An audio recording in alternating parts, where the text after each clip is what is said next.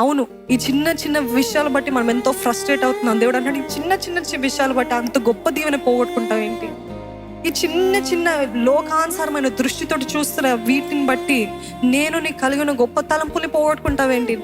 నాకు నీ నిమిత్తమై గొప్ప తలంపులు, మేలుకరమైనవే, కీడుకరమైనవి కావు. I have so much plans for you, but you're not looking at that and your looking at this cheap little petty stuff. ఈ చిన్న చిన్న వాటిని చూస్తూ వీటి బట్టి నువ్వు ఫ్రస్ట్రేట్ అయిపోతున్నావు, విసుగు చెందుతున్నావు, నిరాశ పొందుతున్నావు. So I can't do anything if you keep on looking at this. మీరు వీటిని చూసేంత వరకు దేవుడు మీ జీవితంలో ఏం చేయడానికి?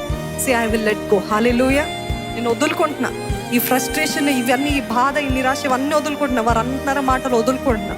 వారు నన్ను హరాస్ చేస్తున్నారు, వదులుకుంటున్నా. I will not be offended. నేను బాధించబడను, నేను అభ్యంతర పడను.